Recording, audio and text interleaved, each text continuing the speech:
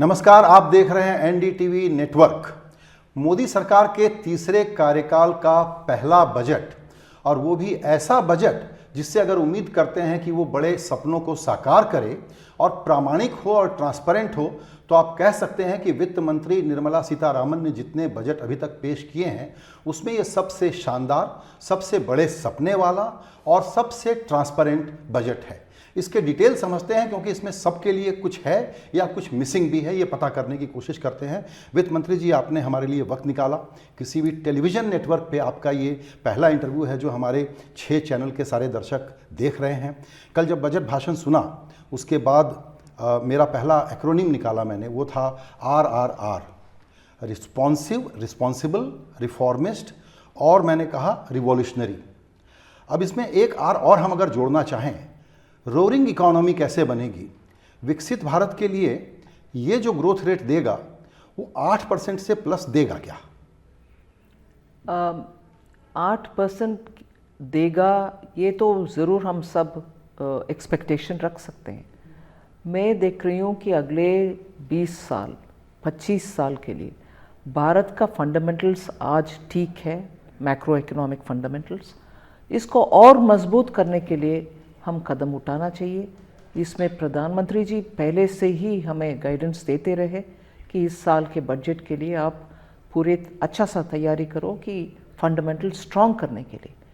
और उसमें एक और पहलू ऐड भी किए माननीय प्रधानमंत्री जी ने कि मध्यम वर्ग जो हमें ऑनेस्ट टैक्स पेयर के नाते टैक्स भरते रह रहे, उनके लिए हम कुछ करना है।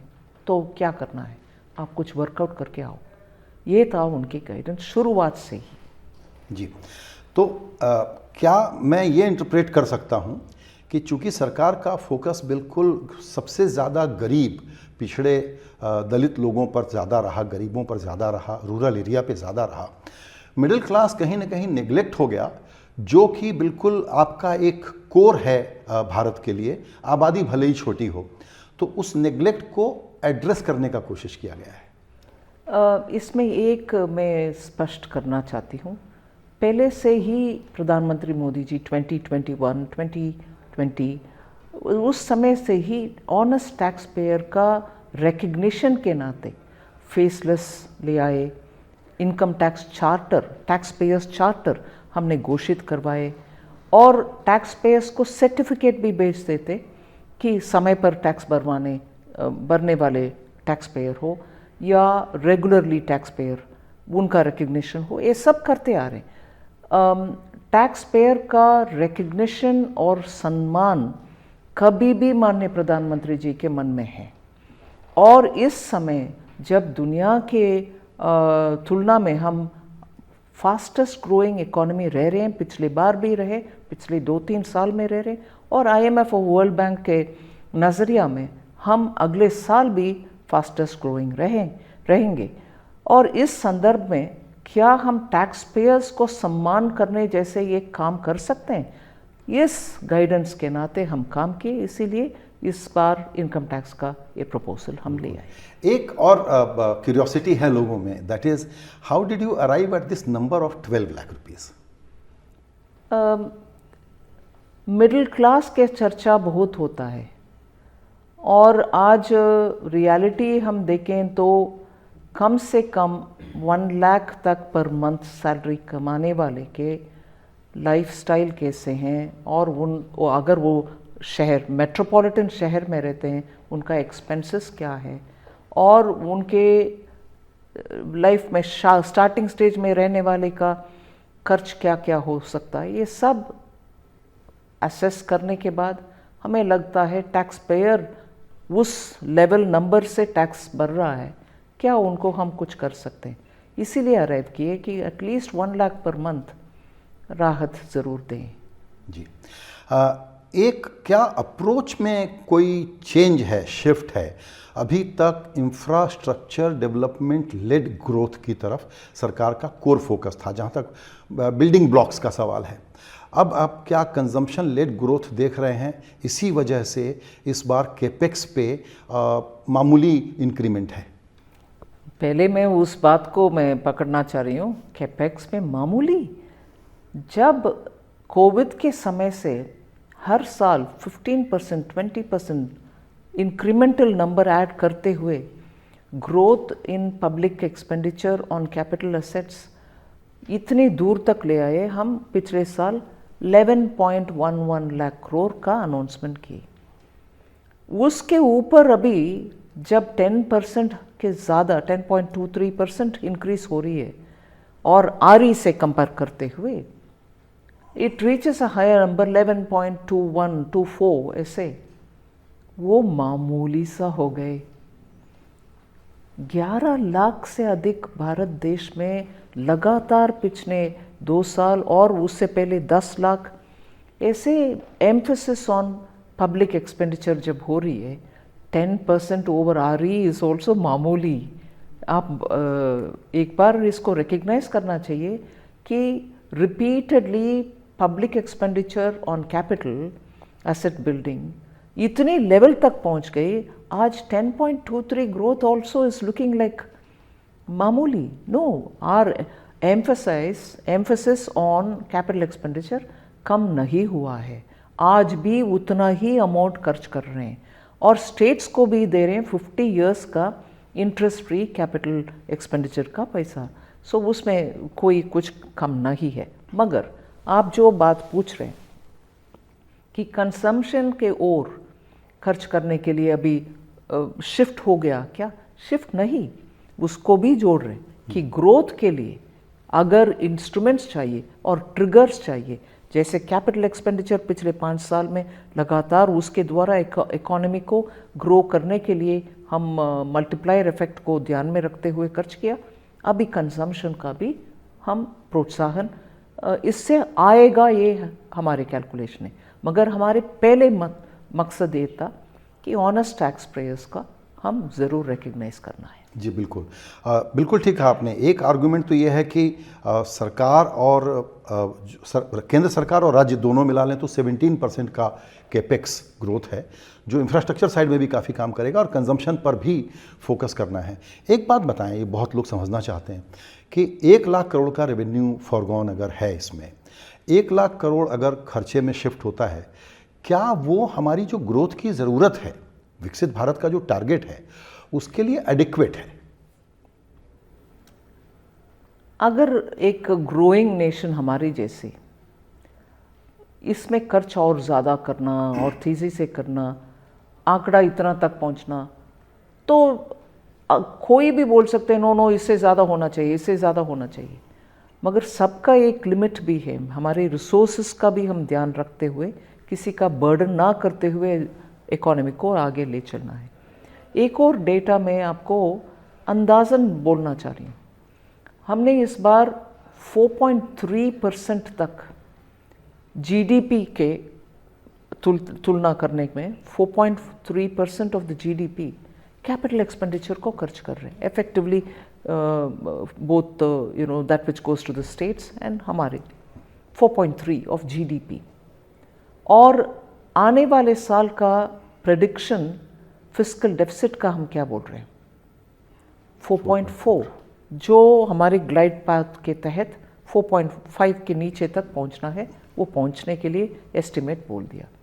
उससे हमें क्या समझ में आ रहा है कि 4.3% of the GDP we are spending on capital expenditure, fiscal deficit 4.4 predict कर रहे हैं, विच मीन्स हम बोरो कर रहे हैं डेफिसिट फाइनेंस के लिए, तो वो सीधा अच्छा कैपिटल एक्सपेंडिचर के लिए जा रहा है।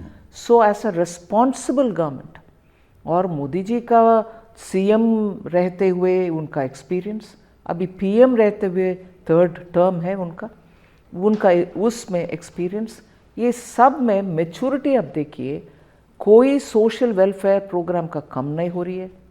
ऊपर से टैक्स पेयर्स को रिवॉर्ड करने के लिए, रिस्पेक्ट करने के लिए बड़ा सा कदम उठाया गया। फिर भी ये डेटा पॉइंट बहुत महत्वपूर्ण कि हम बोरो करने वाले number, deficit number is going towards capital expenditure. True. Effective capital expenditure is also 4.3. 4.4 is your fiscal deficit for the coming year. Responsible handling of your borrowing हो रही है, इसको मैं आप जैसे वरिष्ठ सीनियर पत्रकार जैसे लोग इसको रिकग्नाइज करना चाहिए। नहीं, ये आपने बिल्कुल ठीक कहा। एक्चुअली बहुत लोग ये बात अब मानने लग गए हैं, पहले थोड़ा स्केप्टिसिज्म था कि फिस्कल डिसिप्लिन और प्रूडेंस के मामले में आप लोग एक तरीके से ज़िद्दी हैं, वरना बहुत प्रेशर हो सकता है और आप डेफिसिट फाइनेंसिंग कर सकते हैं, डेट के मामले में और इररिस्पॉन्सिबल हो सकते हैं। कोई भी डेमोक्रेसी में ये होता है, पूरा इस वक्त दुनिया में लोग डेट पे स्प्लर्ज कर रहे हैं। वैसे मैं एक्चुअली मैं थोड़ा सा समझना भी चाहता हूँ आपसे और इस पे कि ये इतना जो स्ट्रिक्ट डिसिप्लिन है उसके सामने इस बार एक क्रिटिसिज्म ये हो रहा है कि जो आदत है इस सरकार की कि बहुत सारे अच्छे वेलफेयर स्कीम लाते हैं, इस बार कोई नया ज़्यादा स्कीम नहीं लाए आप। स्कीम जुलाई के बजट में अनाउंस भी हुआ है, 6 महीने बाद में जो बजट आ रहा है। अभी विकसित भारत के लिए जो इन्वेस्टमेंट्स फॉर आवर फंडामेंटल, जैसे मैंने शुरुआत में की, हमारे फंडामेंटल फाउंडेशन सही स्ट्रेंथ के साथ होना चाहिए। एआई आ रही है बड़े पैमाने पर, भारत में उसके क्षमता कैसे होगा, उसके लिए युवा कैसे ट्रेनिंग पाएंगे, इसके लिए हम एआई का रूट में कितना और इन्वेस्ट कर सकते हैं, उसके ऊपर ध्यान दिया गया। प्राइवेट सेक्टर में रिसर्च एंड डेवलपमेंट के लिए ध्यान दिया गया। 1 लाख करोड़ का अनाउंसमेंट हुआ रिसर्च सपोर्ट के लिए जुलाई के बजट में, उसका आगे ले चलते हुए और भी इस बजट में भी अनाउंसमेंट हुआ है। इसके साथ साथ हेल्थ में आज बड़ा भयंकर fearful or fear instilling kind of a illness, terminal illness और life threatening illness, इन सब के लिए डे केयर सेंटर्स दे रहे हैं हर जिले में। इसके अलावा मेडिकल सीट्स को बढ़ा रहे हैं। We are also spending on every level on education and nutrition.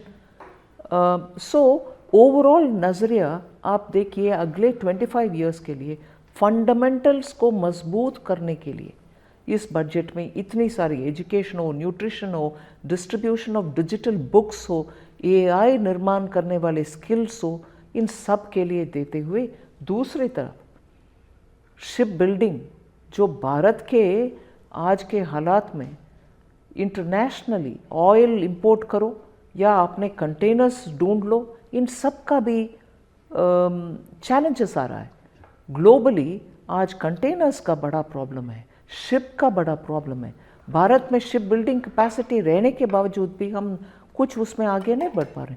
Fundamentally हमारे पास अगर अच्छा बड़े कंटेनर्स रहता, हमारे ट्रेड पॉलिसी में कितना काम आएगा।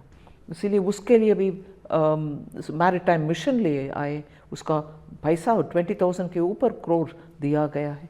So it is a balance between strengthening your foundation towards Viksit Bharat Yatra, equally immediately attending to your children, their nutrition, education, higher education and LRS, जो आपने पैसा आपके बच्चे के लिए विदेश भेजना चाहते हैं एजुकेशन के लिए, उसके ऊपर completely रिमूव कर दिया TDS को।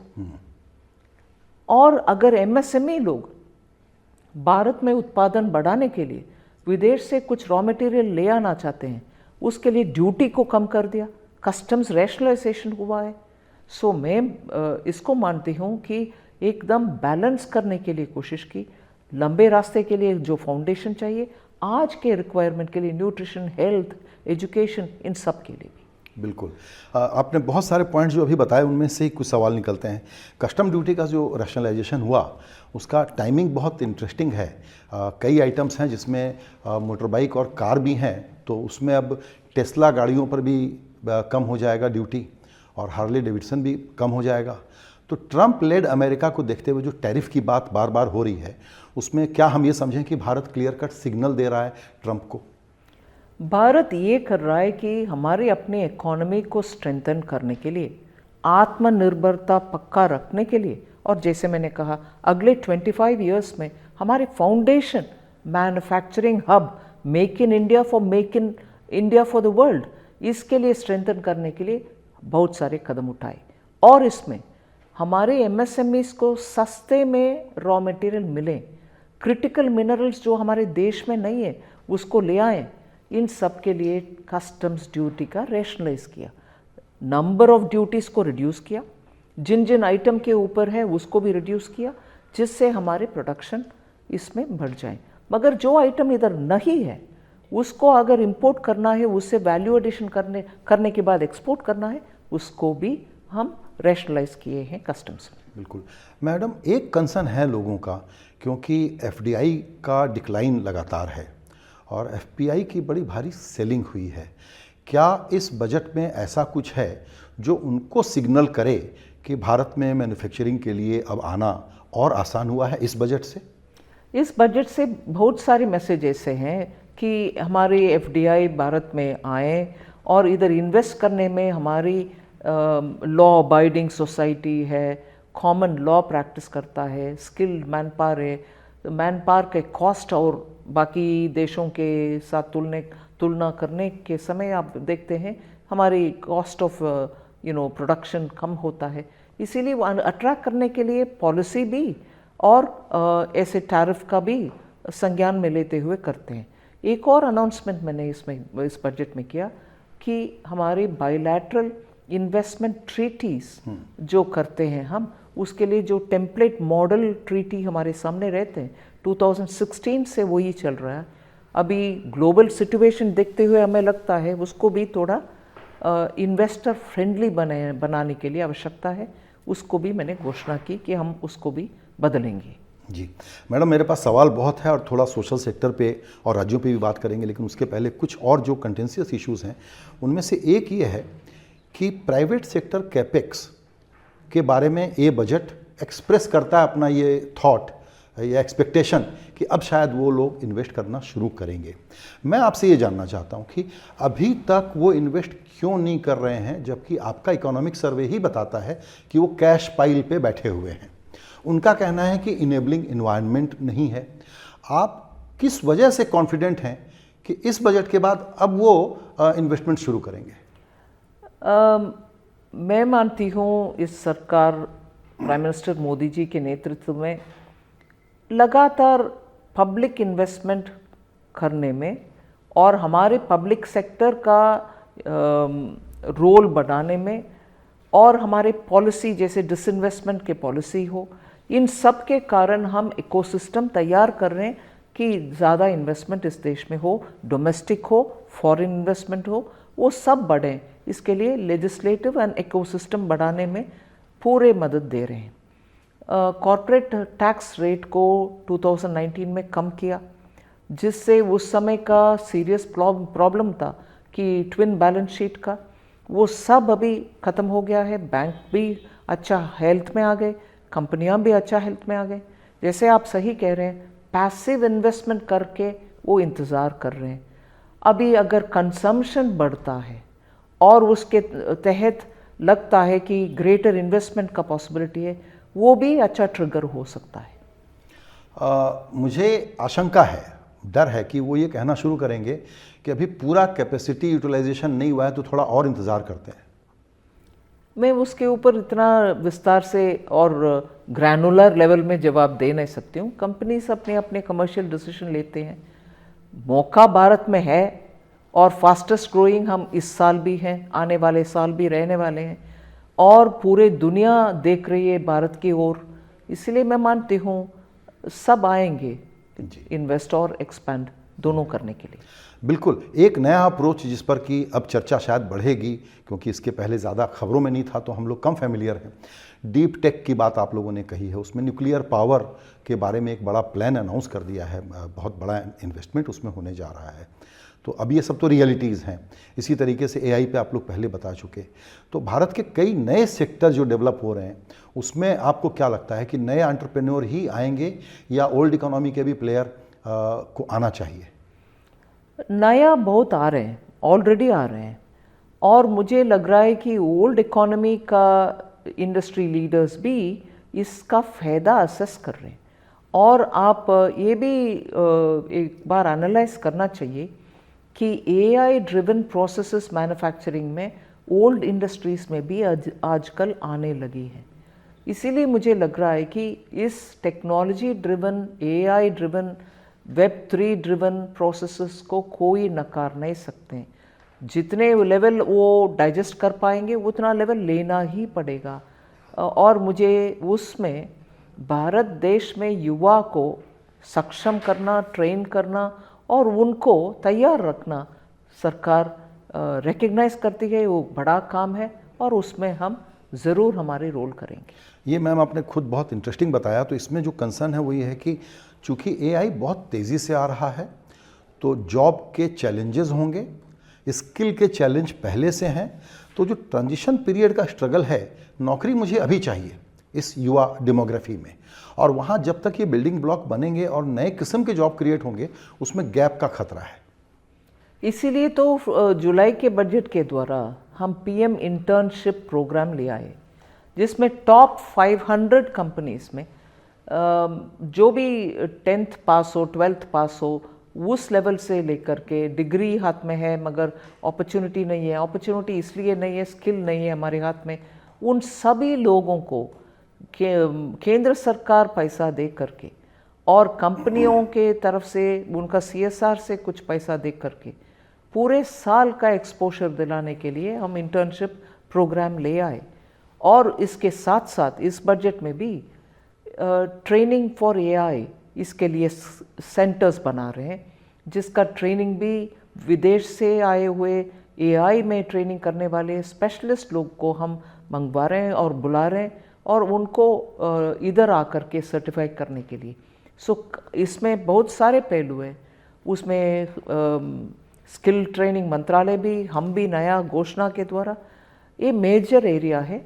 हमारे डेमोग्राफिक डिविडेंड को अच्छा उपयोग, इकोनॉमी के लिए उपयोग करना है तो ये सब कदम आवश्यक है। बिल्कुल, डीरेगुलेशन की बात आपने कही है और एक जो नॉन फाइनेंशियल सेक्टर के कंप्लायंस को देखने के लिए कि 50% इसमें से हटा देने चाहिए, तो वो कमेटी कब बनेगी और वो इम्प्लीमेंट कब होगा, ये बहुत क्यूरियोसिटी है लोगों को जानने के लिए। ये बहुत सीरियस इशू है जिसमें हम बार बार पिछले 2 साल से देख रहे हैं कि सर्टिफिकेशन, इंस्पेक्शन और स्टैंडर्ड्स डिटरमाइनिंग, इन सब में बहुत ही एरियाज में हमें और अच्छा काम करने का आवश्यकता है। अलग अलग रेगुलेटर अलग अलग उनके अपने काम करते जा रहे हैं, मगर इन सब में ओवरलैप्स भी है और इन सब को कोऑर्डिनेशन करने का आवश्यकता भी है। इसीलिए इस हाई लेवल कमेटी का घोषणा हुआ है।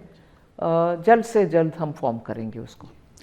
एक चीज़ और, आपने अर्बन चैलेंज फंड की बात कही, क्योंकि urban focus, infrastructure focus obviously बहुत ज़्यादा है, तो वो कैसे काम करेगा, क्योंकि उसमें भी काफ़ी स्टेक होल्डर्स हैं जो दिलचस्पी लेंगे।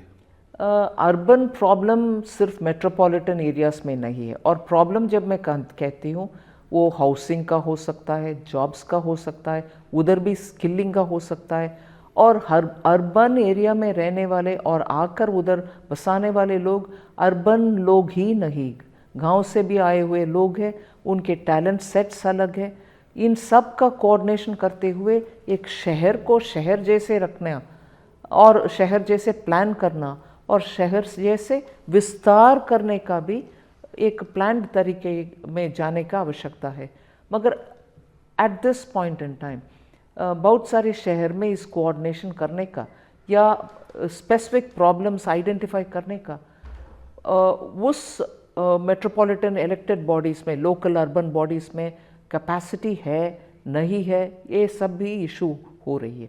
जैसे हम 2 साल पहले से म्युनिसिपल बॉन्ड्स में मार्केट में जा कर के पैसा रेस करने के लिए एक इंसेंटिव भी दे रहे हैं, मगर प्रॉब्लम जहाँ है वहाँ हम एड्रेस करने के लिए कोशिश पिछले बजट से कर रहे हैं। प्रॉब्लम कैपेसिटी के कारण म्युनिसिपल बॉडी आगे जा कर के मार्केट से पैसा उठा नहीं रहे। एक आध सूरत जैसे, अहमदाबाद जैसे, इंदौर जैसे म्युनिसिपैलिटी आगे आकर के मार्केट से रिसोर्स रेज कर रहे हैं। वेस्ट मैनेजमेंट प्रोग्राम हो, अर्बन सिटीज़ में रेंटल अकोमोडेशन हो, इन सब के लिए, मगर हर म्युनिसिपैलिटी ऐसे कैपेसिटी नहीं रखते। फिर कैपेसिटी बढ़ाना भी है और उधर इंडस्ट्री के लिए आने वाले, गांव से आने वाले लोगों को बसाने के लिए व्यवस्था, वेस्ट मैनेजमेंट, ड्रिंकिंग वाटर, ऐसे अर्बन चैलेंजेस को मीट करने के लिए हम टेक्निकल असिस्टेंस भी और उसके लिए कैपेसिटी बिल्डिंग भी और उसके लिए रिसोर्स रेज करने का भी हमारी इस घोषणा से लोग चैलेंज मोड में आए। जो अच्छा सा चैलेंज में आगे आ रहे हैं उनके साथ हम काम कर रहे हैं और इसमें वर्ल्ड बैंक जैसे इंस्टीट्यूशंस भाग लेने के लिए तैयार हैं। उनसे रिसोर्स भी और टेक्निकल स्किल्स भी ले आएंगे। ग्लोबल बेस्ट प्रैक्टिसेस भी इसमें आ जाएगा। बिल्कुल। एक चीज़ और, मुझे लगता है लफ्ज़ बदल गए हैं। अब बात हम लोग डिसइन्वेस्टमेंट की ना करें, पॉसिबली री इन्वेस्टमेंट इन पीएसयूज की करें। नहीं, दोनों करें। ओके। तो एसेट मोनेटाइजेशन का बहुत ही एम्बिशियस प्लान आपने अनाउंस किया है, रेलवे के कॉन्टेक्स्ट में पूछ रहा था मैं। एसेट मोनेटाइजेशन डिसइन्वेस्टमेंट का सब्स्टिट्यूट नहीं है। एसेट मोनेटाइजेशन चलेगा, पहले भी चला, अभी भी आगे चलेंगे दूसरे एडिशन की ओर। उसमें ही हमने ये स्पष्ट भी बोले कि up to 10 lakh crore flow back करेंगे। अगर कोई एसेट है उसको मोनेटाइज करने के लिए हम किसी प्राइवेट पार्टी के साथ करेंगे, वो सेल करने के लिए नहीं। एग्जैक्टली। ये ऑप्टिमम यूज करके सरकार को भी रेवेन्यू अपने ही पीएसयूज को ठीक करेगी। अपने भी पीएसयू हो सकता है, कोई भी हो सकता है, मगर ओनरशिप केंद्र सरकार के हाथ में ही रहेगा, ओनरशिप ट्रांसफर नहीं होगा। मगर उससे आज के लिए कुछ अच्छा मोनेटाइज करने के लिए आइडिया है तो वो मोनेटाइज करने वाले का उनके अपने प्रॉफिट भी लेगा, हमारे अपने रेवेन्यू शेयर भी होगा, मगर लैंड और एसेट विल बी आवर्स। वो डिसइन्वेस्टमेंट नहीं है। एब्सोल्युटली। मगर उससे आने वाले रेवेन्यू सरकार खजाने में डाल करके कुछ और करेगा ऐसा नहीं है, मगर उससे आने वाले रेवेन्यू से प्लाउ बैक करके और एसेट बिल्डअप करेंगे। वो है प्रपोजल एसेट मोनेटाइजेशन का। मगर डिसइन्वेस्टमेंट का जो कैबिनेट अप्रूवल दिया है उसको हम आगे ही ले चलेंगे। मगर इसमें एक बात याद रखना चाहिए कि डिसइन्वेस्टमेंट अब तक नहीं हुआ इसलिए छोड़ दिया सरकार ने और वो वैसे के वैसे पड़ा हुआ है, सोच के है। सब के लिए उनके वैल्यूएशन बढ़ाने के प्रोफेशनल मैनेजमेंट के द्वारा काम हो रही है। एग्जैक्टली। तो लेट मी रीफ्रेज इट। जो पहले था कि प्राइवेटाइजेशन का एक लॉजिक है, तो प्राइवेटाइजेशन को लेकर के सरकार बहुत ज़्यादा एक्साइटेड नहीं है कि प्राइवेटाइजेशन करना ज़रूरी है to achieve the objectives. Privatisation और डिसइन्वेस्टमेंट का माहौल भी बहुत आवश्यक है। आज आप एक ज़माना था कि आप profit not earning loss making PSUs को सेल कर रहे हैं। मैं तो अभी बोल रही हूँ कि कोविड के बाद मार्केट अच्छा रहने के बावजूद भी इधर तैयार करने में कितने काम होना चाहिए उतना होने का ये 3 साल कम पड़ा है। क्यों? अपने आप हर एक पीएसयू अब तक धीरे धीरे प्रोफेशनल हो रहे हैं, मगर उनके अपने इंटरनल वैल्यूएशन मैकेनिज्म भी एस्टैब्लिश नहीं हुआ।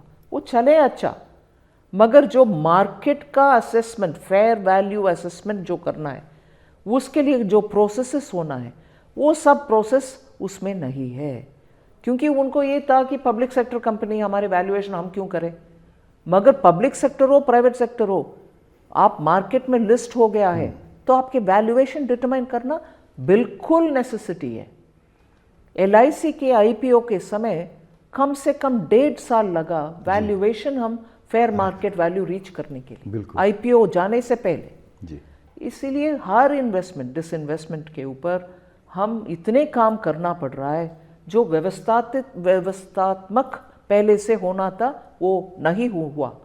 अभी प्रोफेशनलाइज करके हम रन कर रहे हैं, उससे प्रॉफिट भी कमा रहे हैं, अच्छे मैनेजमेंट भी हो रही है, उनके वैल्यूएशन भी खुद ब खुद ठीक हो रही है, मगर ये सिस्टम उनके अंदर रखना आवश्यक है। और ये वैलिडेट हो गया जो एक्सपीरियंस है उससे।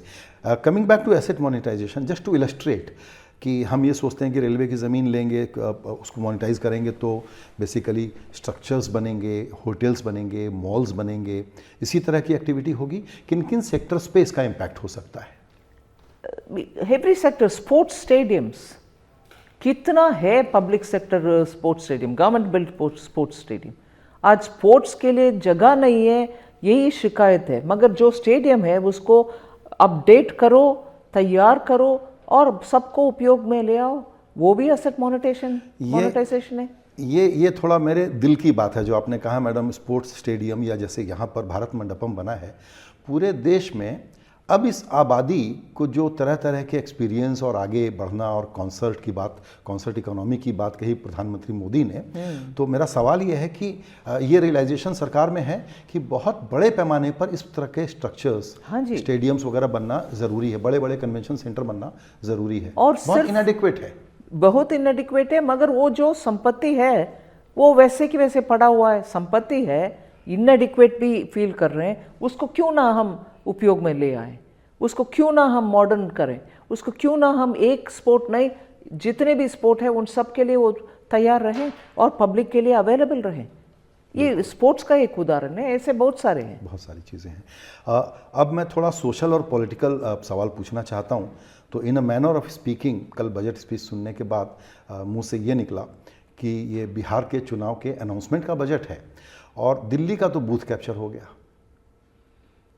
ये तो जनता के बजट है, माननीय प्रधानमंत्री जी सही कहा, पीपल्स बजट है। और मैं उसमें एक और साहस करना चाहती हूँ, अब्राहम लिंकन के शब्दावली उपयोग करते हुए। प्रधानमंत्री जी ने तो इंडिकेट ही किया कि ये पब्लिक पीपल्स बजट है, ये by the people, of the people and for the people budget है।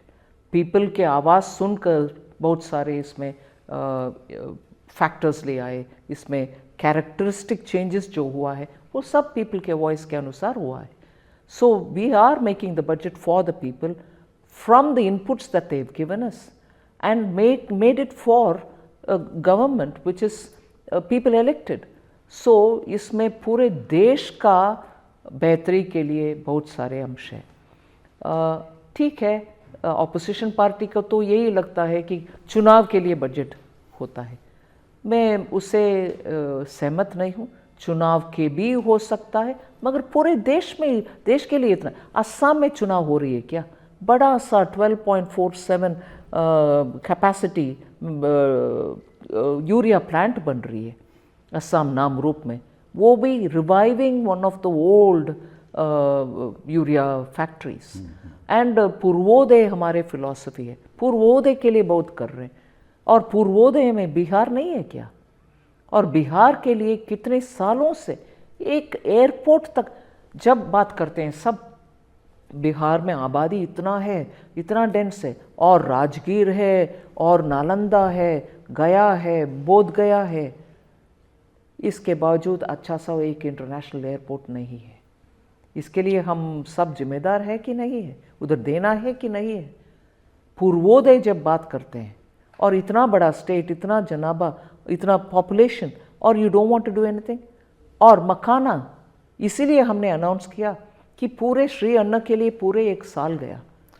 और बुद्धिज़्म के कारण टूरिस्ट की आबादी, इंटरनेशनल टूरिस्ट्स बहुत आते हैं बिहार में, लेकिन उनको हम 1 रात या 2 रात रुकवा नहीं पाते। हाँ। और हम उसमें डॉलर लूज कर रहे हैं। हाँ, सो टूरिज्म के नाते भी क्या हम बिहार को जो शानदार हिस्ट्री को दिखाते हैं, दर्शाते हैं हमारे, उनके लिए एयरपोर्ट देना मन में दुख आता है। और कल कोई बताया कि बिहारी दिखता है, अरे बिहार क्या बाग नहीं है भारत में? और बिहार के स्किल्ड, सेमी स्किल्ड वर्कर्स पूरे देश में जा रहे हैं, क्या उनके गांव में ठीक काम नहीं होना चाहिए?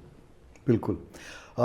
एक और बहुत अहम स्कीम आपने कल अनाउंस की है, वो है SC ST और महिलाओं के लिए, एंटरप्रेन्योरशिप के लिए बिना कोलैटरल के लोन वाला। हाँ। उसका ज़रा डिटेल अगर आप समझें। हाँ, ये पहले आपको मालूम होगा कि स्टैंड अप एक स्कीम चलता था स्टार्टअप के साथ साथ, उसमें हमें बहुत अच्छा परिणाम मिला, और उसमें और ज़्यादा लोगों को जोड़ने के लिए ये सोच था।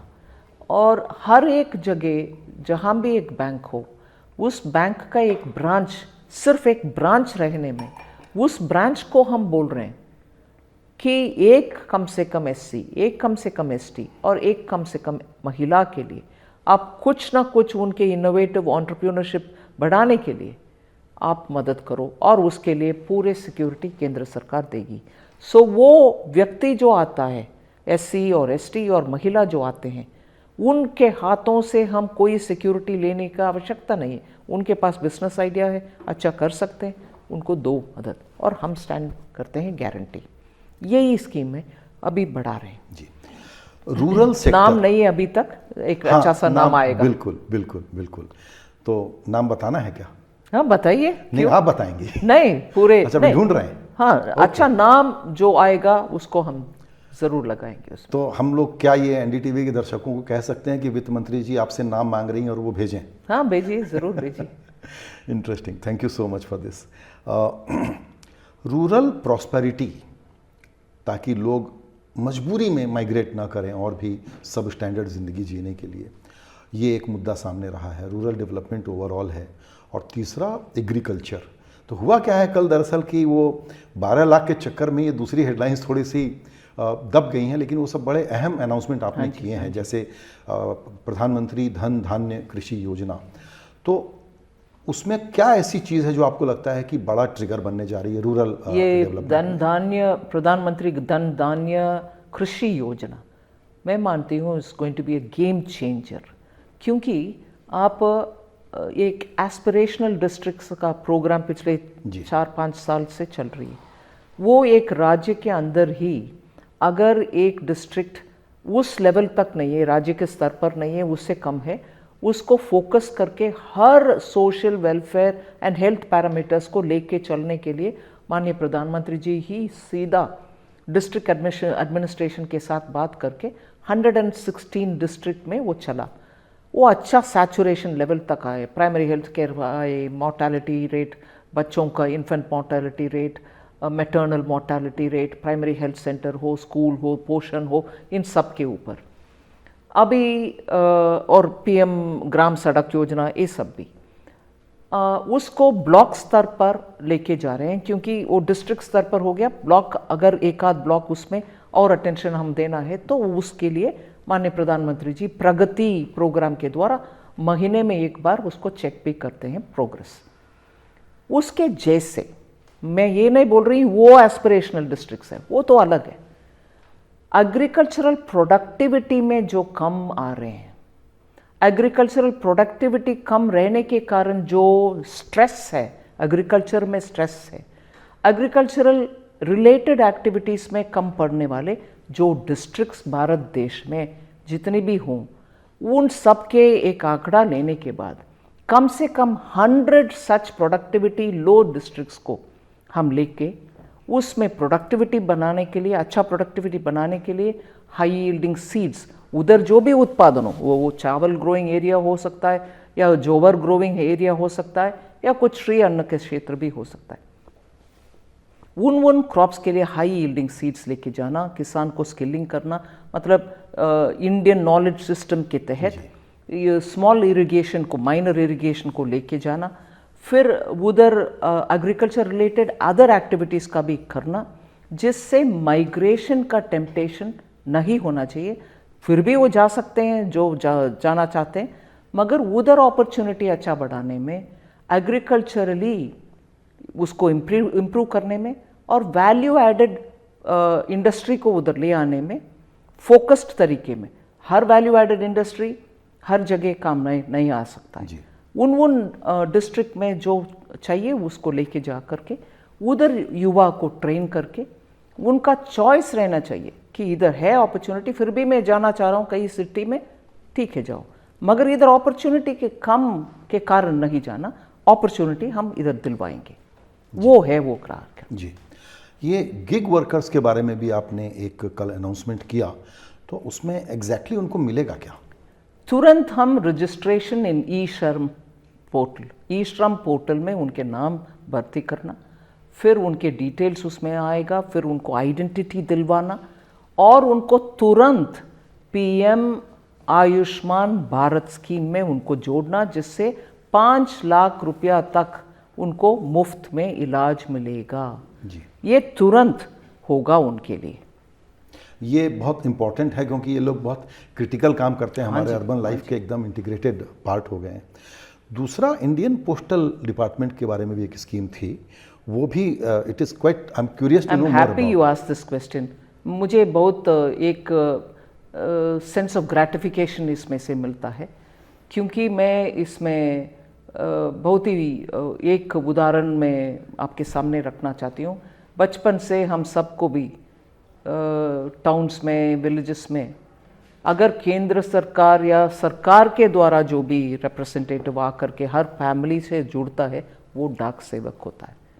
ग्राम में आप आकर के सेना में भर्ती हुए कोई परिवार में उनके आवागमन मतलब हिस कमिंग बैक होम उसके ऊपर मैसेज आना है या दुख के खबर आना है वो ही ले आता था, या कोई एप्लीकेशन जॉब के लिए डाले आपको जॉब मिल गया वो शुभ खबर भी वही ले आता था। So he used to be for everything.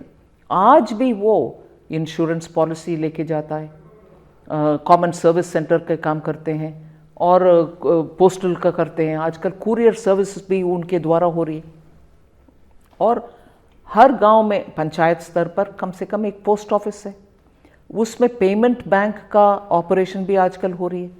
सो जब इतना बड़ा नेटवर्क भारत देश के हाथ में है, गांव गांव तक है, क्या उनको हम बेहतर उपयोग कर नहीं सकते? इसीलिए ये अनाउंसमेंट हुआ है कि उनका लॉजिस्टिक्स के लिए भी हम उपयोग करेंगे और देश भर के मूवमेंट ऑफ गुड्स के लिए वो काम में आएंगे। लोकली विश्वकर्मा लोग या वो लोकली छोटे हैंडीक्राफ्ट्स का एक्सपोर्टर, उन सबको भी वो पॉइंट ऑफ रेफरेंस होगा एक्सपोर्ट करने के लिए और रॉ मटेरियल रिसीव करने के लिए भी। और ये लॉजिस्टिक्स एस्पेक्ट एक है। दूसरा उनके पेमेंट बैंक का काम जो होता है, इंडिया पोस्ट पेमेंट बैंक, उसका भी कैपेसिटी बढ़ाएंगे।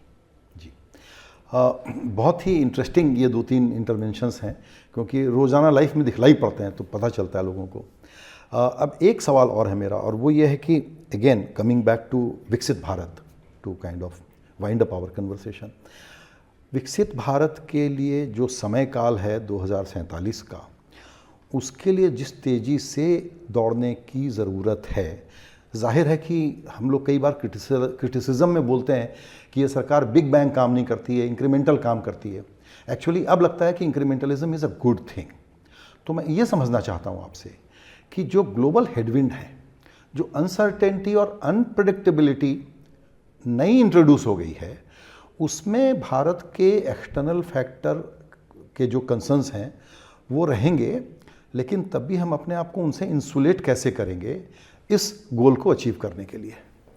ग्लोबल चैलेंजेस में शिपिंग का उदाहरण इतना विस्तार से इसीलिए बोला कि कैपेसिटी हमारे अगर हाथ में रहता, हम ही शिप बिल्ड करते, कंटेनर्स बिल्ड करते और ग्लोबल ट्रेड के लिए हम जितना अभी चैलेंजेस फेस कर रहे हैं उसका, ऐसे ही ड्रग्स में हम मतलब मेडिसिन बल्क ड्रग्स में हम अच्छा करते हैं, उसके लिए हम कैपेसिटी बिल्ड करना है। ग्लोबल चैलेंजेस हमें बहुत सारे एस्पेक्ट्स में दिखाई दे सकता है, उसके लिए हम तैयार भी रहना चाहिए, अच्छा अपॉर्चुनिटीज़ पे उपयोग करना। मगर अगर चैलेंज आता है कि किसी देश के ऊपर मतलब किसी देश को हम जाके मार्केट कर नहीं सकते हमारे गुड्स, नया मार्केट ढूंढ लेना, ऐसे करके बहुत सारे ओपनिंग करना है। और जब इन्वेस्टमेंट आता है एक देश से, उन देश में इंटरेस्ट भी बढ़ता है भारत के सक्सेस के ऊपर। हम हमारे पैसे, हमारे कॉरपोरेशंस, हमारे कंपनी जाकर भारत में पूंजी निवेश करें तो my interest in keeping India going well will also be involve. So bilateral relationship बढ़ाना और नेगोशिएशंस करने में उनके साथ अंडरस्टैंड करके नेगोशिएशन करना। सो ये एक डिपार्टमेंट का काम नहीं, पूरे होल ऑफ गवर्नमेंट अप्रोच में एक्सटर्नल अफेयर्स भी, इंडस्ट्री भी, हमारे फिनांस के द्वारा कस्टम्स भी और इन्वेस्टमेंट ट्रीटियाँ साइन करने का ताकत भी, ये सब बेसिकली ट्रेड और टैरिफ जो रिस्ट्रिक्शंस और प्रोटेक्शनिज्म की जो बात हो रही है, उसको लेकर के मुझे लगता है कि इंडिया के कंसर्न्स काफ़ी होंगे कि कैसे हम उनसे दोस्ती भी रखें और कैसे अपना बिजनेस बढ़ाएं, क्योंकि अब एक्सपोर्ट करना थोड़ा सा मुश्किल भी हो सकता है। हाँ, इसीलिए एक्सपोर्ट प्रमोशन का मिशन हमने इस बजट में अनाउंस किया, जिसमें बहुत सारे एस्पेक्ट्स हैं। न्यू मार्केट के लिए फैसिलिटेट करना और एक्सपोर्टर्स को सपोर्ट करना, ECGC जैसे एक्सपोर्ट क्रेडिट गारंटी कॉर्पोरेशन के द्वारा, एक्सिम बैंक जैसे एक्सपोर्ट इंपोर्ट करने वाले का, क्रेडिट फाइनेंस करने वाले का, सब इनका कैपेसिटी बढ़ाना, ECGC का, एक्सिम का कैपेसिटी बढ़ाना, जो कि एक्सपोर्टर्स का जितना चाहिए उतना हम हेल्प कर पाएंगे। ऐसे ही लाइन ऑफ क्रेडिट के द्वारा बहुत सारे जाकर के फॉरेन कंट्रीज़ में प्रोजेक्ट लेते हैं, उनको कैसे सपोर्ट करना। फिर लेदर गुड्स का अनाउंसमेंट हुआ, कुछ इंपोर्ट करने का रिस्ट्रिक्शंस टैरिफ में रिमूव किया, एक्सपोर्ट करने के लिए मिनिमम एक्सपोर्ट प्राइस था उसको हटाया, labour intensive toys hub Bharat बनना है उसके लिए कैसे टैरिफ के रूट से, मरीन प्रोडक्ट्स के लिए सपोर्ट कैसे, तुरंत उसमें एक्सपोर्ट करने के लिए टैरिफ का विषय में और इंपोर्ट करने के लिए कस्टम्स ड्यूटी रिमूव करने में बहुत सारे स्टेप्स इस बजट में घोषणा हुई है। So labour intensive leather, textiles, toys, marine products, इन सब के लिए प्रोत्साहन देने के लिए बहुत सारे कदम इस बजट में उठाए गए। वेल थॉट स्ट्रेटजी है। एक सेक्टर और छूट गया हमारी चर्चा में, वो है डिफेंस का, क्योंकि कल कुछ ऐसी कमेंट्रीज आई थी कि डिफेंस सेक्टर को लेकर के थोड़ा सा डिसअपॉइंटमेंट है, क्योंकि उसमें भी बहुत प्रायोरिटाइजेशन और काम की ज़रूरत है, लेकिन कुछ अनाउंसमेंट नहीं आया। नहीं, डिफेंस का मामले में अनाउंसमेंट नहीं और कम भी नहीं हुआ अलॉटमेंट। हम हर बार ये जानबूझ करके डिफेंस पेंशन्स अलग है, डिफेंस प्रोक्योरमेंट और रिलेटेड एक्सपेंस अलग है, दोनों को कम ना करते हुए आगे कैसे ले जाना उसके ऊपर ध्यान देते हैं। इस बार भी डिफेंस का बजट में कुछ कटौती नहीं है, मगर डिफेंस का बजट का पेक्यूलियरिटी हम समझना चाहिए। जिस साल उनको पेमेंट करने का आता है उस साल ज़्यादा प्रोविजनिंग करना होता है, जिस साल वो ऑर्डर पे करते हैं उनके लिए पहले इंस्टॉलमेंट देने का होता है, उनका लॉन्ग टर्म प्रोजेक्ट प्लान होता है, LTPP बोलते हैं, उसके अनुसार उनका प्रोक्योरमेंट का सिस्टम होता है अगर इंपोर्ट हो। मगर हम आनंद से ये बात को याद दिलाना चाहती हूँ और हम रिकग्नाइज भी करना चाहिए कि nearly if I know right 60% आजकल भारत में प्रोड्यूस्ड हुए कंपोनेंट्स को ही डिफेंस लोग खरीदते हैं। विदेश से इंपोर्ट करना स्पेसिफिक लार्ज टिकट कुछ है तो भी वो अलग है, बट मेनली रनिंग कंज्यूमेबल सब कुछ आज भारत से ही खरीद रहे हैं। हमारी डिफेंस प्रोडक्शन सिर्फ भारत के लिए नहीं, एक्सपोर्ट का भी हो रही है। That is why I think we have crossed 25,000 crores earning with defence components going export. एक आखिरी सवाल कि cost of capital to become competitive काफ़ी कुछ करने की ज़रूरत है, तो एक एग्जांपल के तौर पर अगर मैं समझना चाहूँ कि इंफ्रास्ट्रक्चर की भी अभी जो ज़रूरत है उसमें प्रायोरिटी सेक्टर लेंडिंग के तौर पर बहुत ज़्यादा सहूलियत देने की ज़रूरत है, उस पर कोई थॉट? प्रायोरिटी सेक्टर लेंडिंग का very clearly we are identifying MSMEs का जो आना है, एग्रीकल्चर का जो जाना, एग्रीकल्चर को आपने देखा होगा कि किसान क्रेडिट कार्ड के द्वारा जो 2 लाख रुपया पर किसान ले सकते थे, अभी वो बढ़ा करके 5 लाख तक हमने बढ़ाया, which is also interest subvention दिया हुआ, 7% सीलिंग इंटरेस्ट का होता है और केंद्र सरकार 1.5 तक देती है। अगर एक किसान समय पर उसको वापस करता है, लोन सर्विसिंग ठीक है, उनका 3% का इंसेंटिव बाद में मिलता है। सो ऐसे प्रायोरिटी सेक्टर के लिए विस्तार कर रहे हैं, ना कि कम करना, और उसमें MSME के लोन के ऊपर भी बहुत SIDBI के द्वारा अच्छा आगे बढ़ रहे हैं, क्लस्टर्स में बैंक ब्रांचेस रख रहे हैं। जी मैम, आपका बहुत शुक्रिया। इसमें से बहुत सारे पर्सपेक्टिव भी क्लियर हुए और बहुत सारी नई बातें भी सामने आईं। आपको एक बार फिर से, जिसको कहते हैं बिल्कुल निर्विवाद बजट, इस बजट की क्रिटिसिज्म की कितनी भी कोशिश कर लें बहुत ही मुश्किल है, और ये बहुत बड़ा चैलेंजिंग काम है जिसको आपने अकम्प्लिश किया है। बहुत बहुत बधाई इसके लिए आपको। धन्यवाद जी, धन्यवाद।